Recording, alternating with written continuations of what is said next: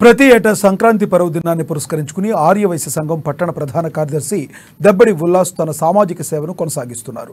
చిన్నారులకు గాలిపటాలు, స్వీట్స్ పంచిపెట్టి పండుగకు కొత్త అర్థాన్ని చెప్తున్నారు.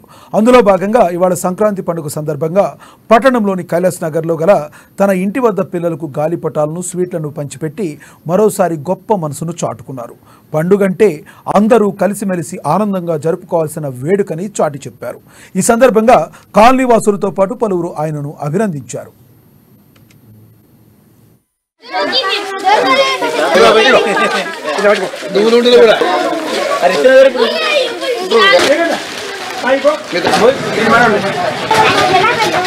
ఆదిలాబాద్ పట్టణ వాసులకి, హిందూ బంధువులందరికీ సంక్రాంతి శుభాకాంక్షలు తెలుపుతూ మరి ఈరోజు కైలాస్ నగర్లో దెబ్బడి ఉల్లాస్ గారు ఎన్నో కార్యక్రమాలు నిర్వహిస్తారు.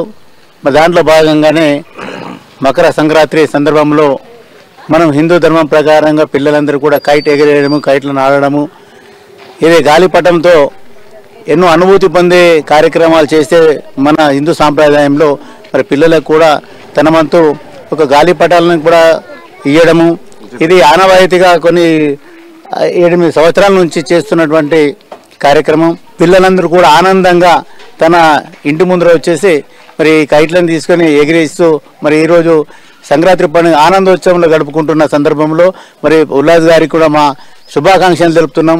ఎందుకంటే ఇదే కాదు, నాగపంచమి రోజు కూడా ప్రతి వాళ్ళకి ఆవు పాలను కూడా ఉచితంగా పంపిణీ చేసే కార్యక్రమం పెడతాడు.